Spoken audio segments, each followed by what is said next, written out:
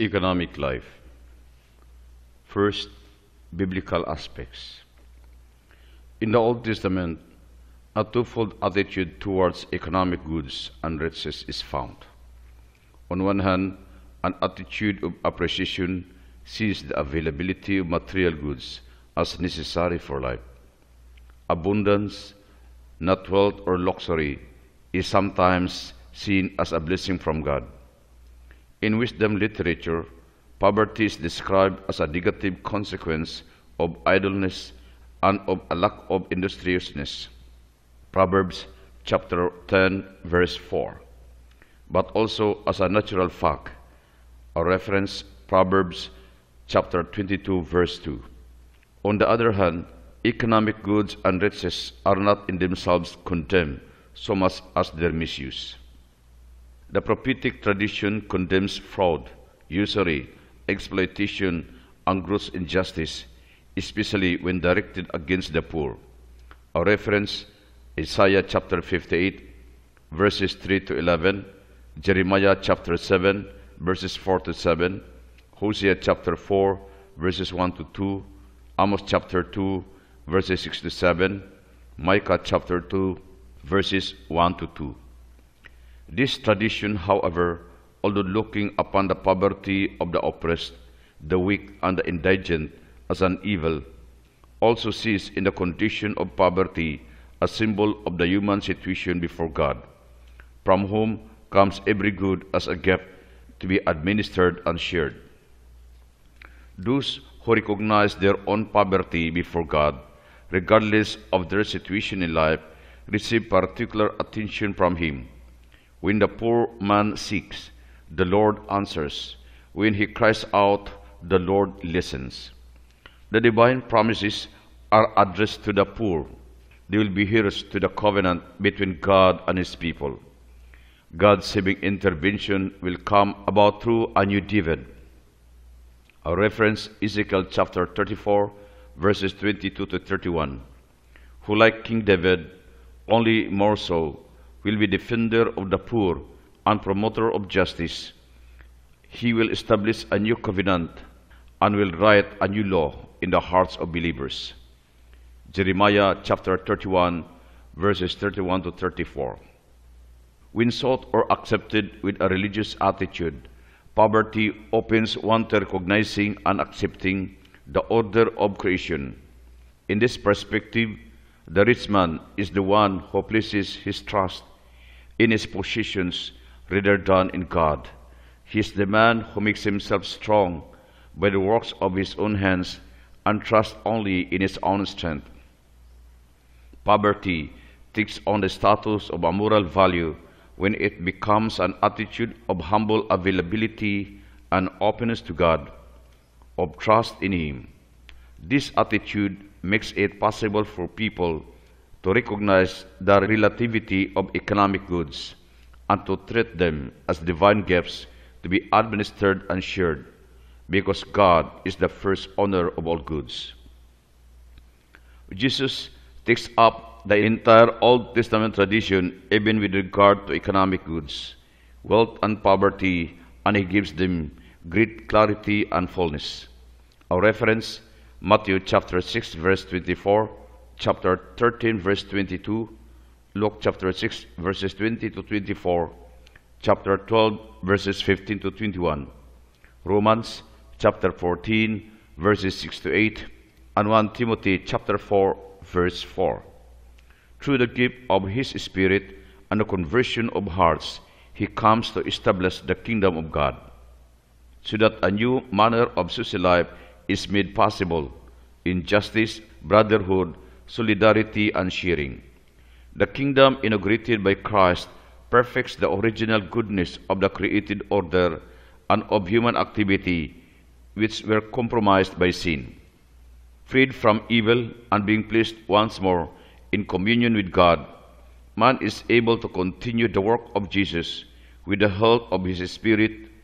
In this, man is called to render justice to the poor, releasing the oppressed, consoling the afflicted, actively seeking a new social order in which adequate solutions to material poverty are offered and in which the forces thwarting the attempts of the weakest to free themselves from conditions of misery and slavery ever more effectively controlled. When this happens, the kingdom of God is already present on this earth. Although it is not of the earth, it is in this kingdom that the promises of the prophets find final fulfillment. In the light of Revelation, economic activity is to be considered and undertaken as a grateful response to the vocation which God holds out for each person. Man is pleased in the garden to fill and keep it, making use of it within well-specified limits. A reference, Genesis chapter 2, verses 16 to 17, with a commitment to perfecting it. A reference, Genesis chapter 1, verses 26 to 30, chapter 2, verses 15 to 16, Wisdom, chapter 2, verse 2 to 3. Bearing witness to the grandeur and goodness of the Creator, he walks towards the fullness of freedom to which God calls him. God, good administration of the gifts received, and of material goods also, is a work of justice toward oneself and towards others.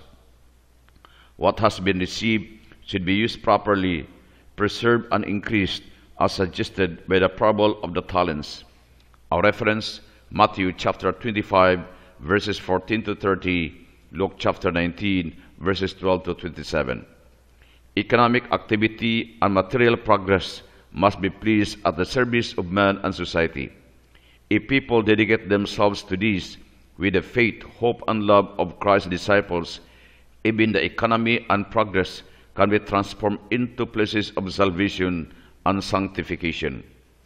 In these areas too, it is possible to express a love and a solidarity that are more than human, and to contribute to the growth of a new humanity that anticipates the world to come. Jesus sums up all of Revelation in calling the believer to become rich before God. A reference, Luke chapter 12, verse 21. The economy too is useful to this end when its function as an instrument for the overall growth of man and society, of the human quality of life, is not betrayed. Faith in Jesus Christ makes it possible to have a correct understanding of social development in the context of an integral and solidary humanism. In this regard, the contribution of theological reflection offered by the Church Social Magisterium is very useful. Faith in Christ the Redeemer, while it illuminates from within the nature of development, also guides us in the task of collaboration. In the letter of St. Paul to the Colossians, we read that Christ is the firstborn of all creation, and that all things were created through him and for him. Colossians chapter 1, verses 15 to 16. In fact, all things hold together in him, since in him all the fullness of God was pleased to dwell. A part of this divine plan, which begins from eternity in Christ, the perfect image of the Father, and which culminates in him, the firstborn from the dead. In our own history, marked by our personal and collective effort to raise up the human condition and to overcome the obstacles which are continually arising along our way. It thus prepares us to share in the fullness which dwells in the Lord, and which he communicates to his body, which is the church. Ephesians chapter 1, verses 22 to 23. At the same time, sin, which is always attempting to trap us and which jeopardizes our human achievements, is conquered and redeemed by the reconciliation accomplished by Christ. Our reference, Colossians chapter 1, verse 20. Goods, even when legitimately owned, always have a universal destination. Any type of improper accumulation is immoral because it openly contradicts the universal destination assigned to all goods by the Creator. Christian salvation is an integral liberation of man, which means being freed not only from need, but also in respect to possessions. For the love of money is the root of all evils. It is through this craving that some have wandered away from the faith. 1 Timothy chapter 6, verse 10. The fathers of the church insist more on the need for the conversion and transformation of the consciences of believers than on the need to change the social and political structures of their day. They call on those who work in the economic sphere and who possess goods to consider themselves administrators of the goods that God has entrusted to them. Riches fulfill their function of service to men when they are destined to produce benefits for others and for society. How could we ever do good to our neighbor, asked St. Clement of Alexandria, if none of us possessed anything? In the perspective of St. John Chrysostom, riches belongs to some people so that they can gain merit by sharing them with others. Wealth is a good that comes from God and is to be used by its owner and made to circulate so that even the needy may enjoy it. Evil is seen in the immoderate attachment to riches and the desire to hoard. St. Basil the Great invites the wealthy to open the doors of their storehouses, and he exhorts them. A great torrent rushes in thousands of channels through the fertile land. Thus, by 1,000 different paths, make your riches reach the homes of the poor. Wealth, explains St. Basil, is like water that issues forth from the fountain.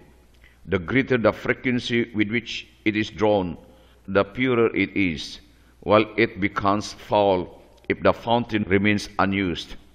The rich man, St. Gregory the Great will later say, is only an administrator of what he possesses. Giving what is required to the needy is a task that is to be performed with humility, because the goods do not belong to the one who distributes them. He who retains riches only for himself is not innocent. Giving to those in need means paying a debt. Second, morality and the economy.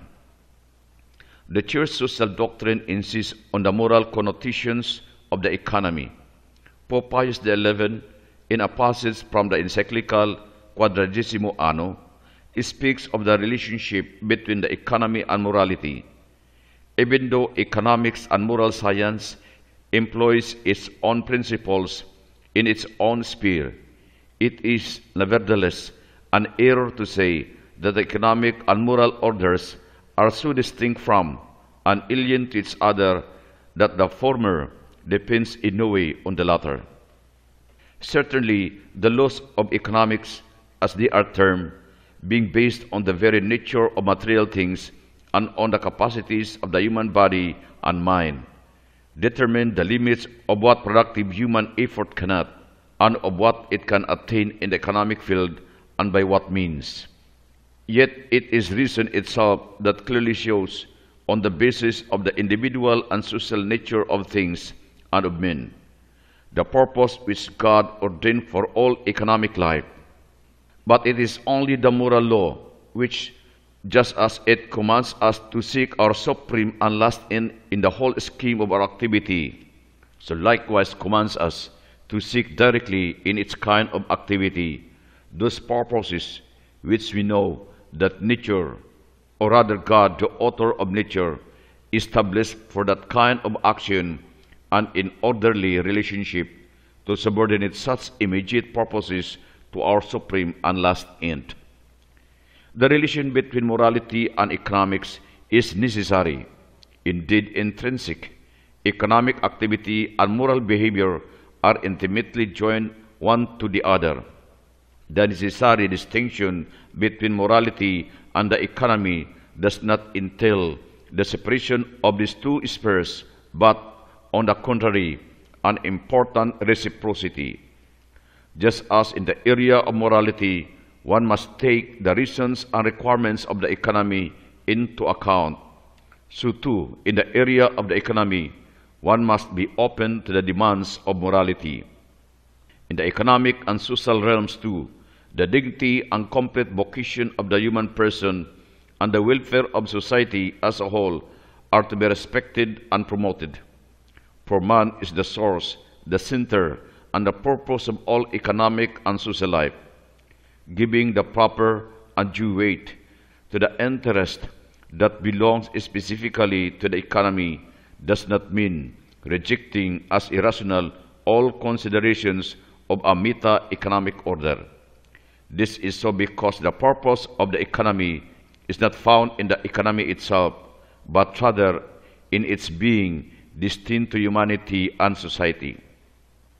The economy, in fact, whether on a scientific or practical level, has not been entrusted with the purpose of fulfilling man or of bringing about proper human coexistence. Its task, rather, is partial: the production, distribution, and consumption of material goods and services. The moral dimension of the economy shows that economic efficiency and the promotion of human development in solidarity are not two separate or alternative aims, but one indivisible goal. Morality, which is a necessary part of economic life, is neither opposed to it nor neutral. If it is inspired by justice and solidarity, it represents a factor of social efficiency within the economy itself. The production of goods is a duty to be undertaken in an efficient manner, otherwise resources are wasted. On the other hand, it would not be acceptable to achieve economic growth at the expense of human beings, entire populations, or social groups, condemning them to indigence.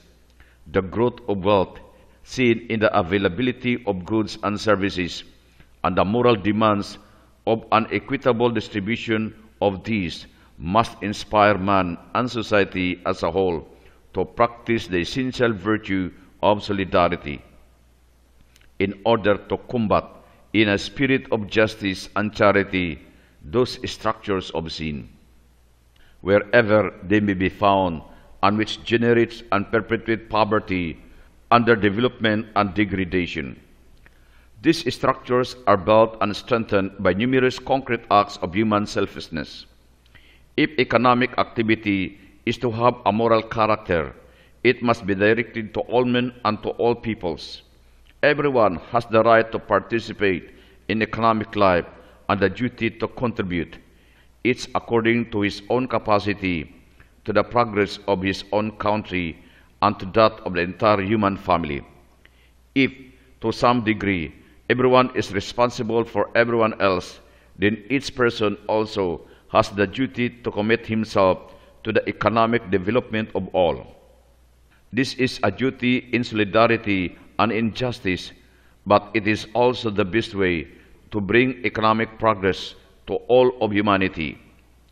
When practiced morally, economic activity is therefore service mutually rendered by the production of goods and services that are useful for the growth of its person, and it becomes an opportunity for every individual to embody solidarity and live the vocation of communion with others for which God created him.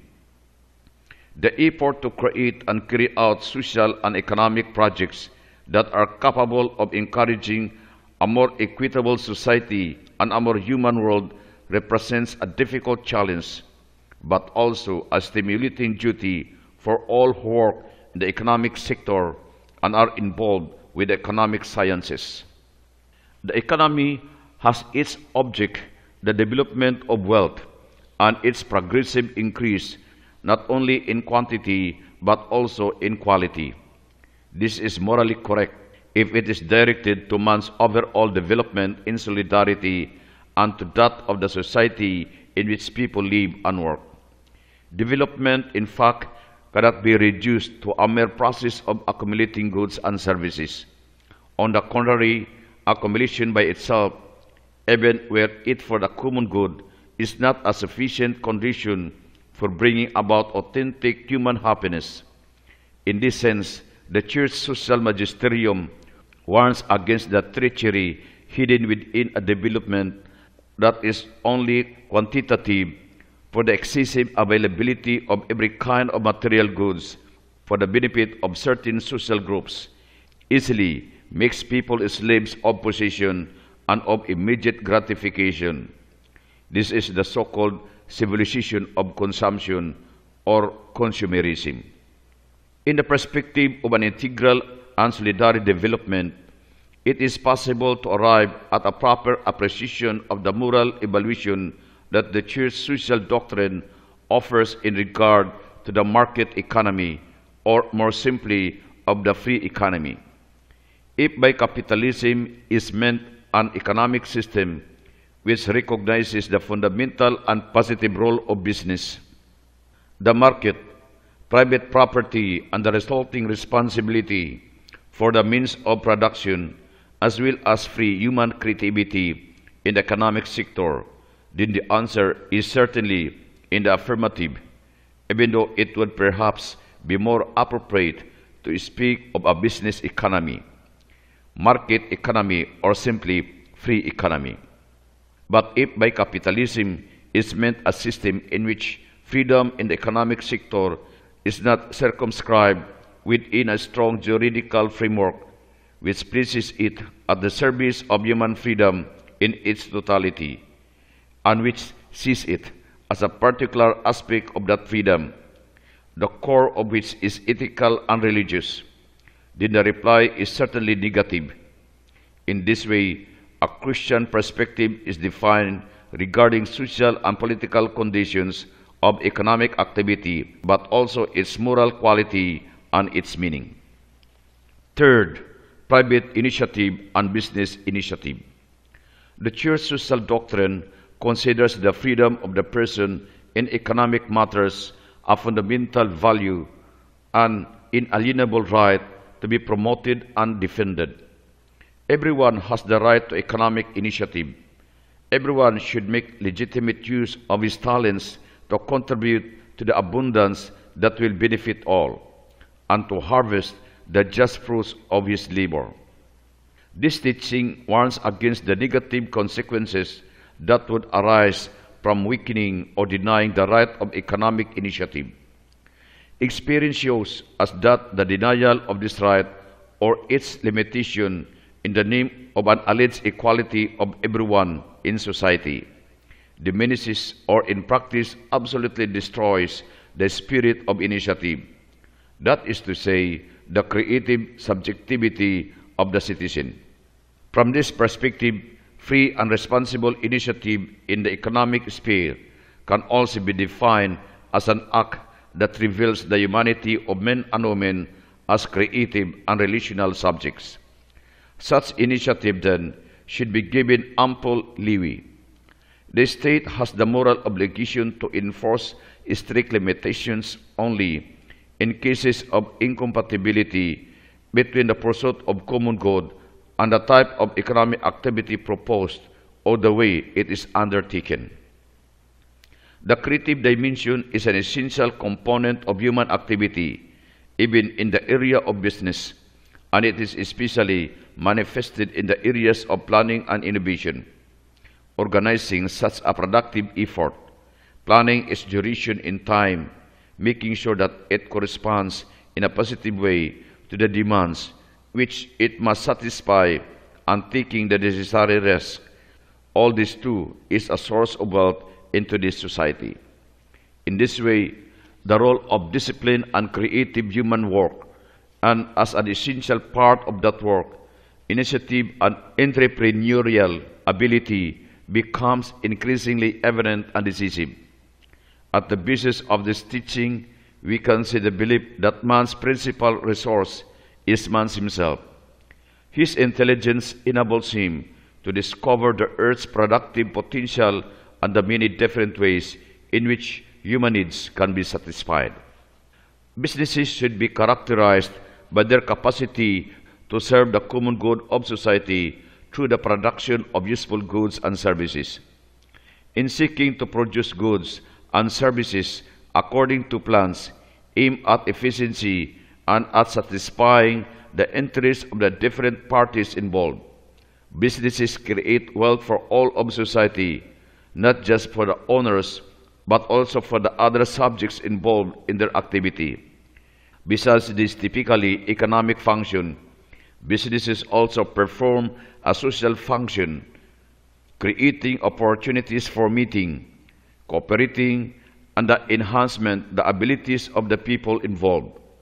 In a business undertaking, therefore, the economic dimension is the condition for attaining not only economic goals but also social and moral goals, which are all pursued together.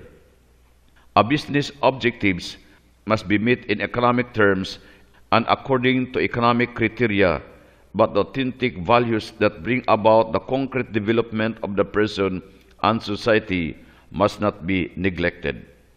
In this personalistic and community vision, a business cannot be considered only a society of capital goods. It is also a society of persons. In its people participate in different ways and with specific responsibilities, whether they supply the necessary capital for the company's activities or take part in such activities through their labor. All those involved in a business venture must be mindful that the community in which they work represents a good for everyone and not a structure that permits the satisfaction of someone's merely personal interest. This awareness alone makes it possible to build an economy that is truly at the service of mankind and to create programs of real cooperation among the different partners in labor. A very important and significant example in this regard is found in the activity of so-called cooperative enterprises, small and medium-sized businesses, commercial undertaking featuring handmade products, and family-sized agricultural ventures. The Church social doctrine has emphasized the contribution that such activities make to enhance the value of work, to the growth of a sense of personal and social responsibility, a democratic life, and the human values that are important for the progress of the market and of society.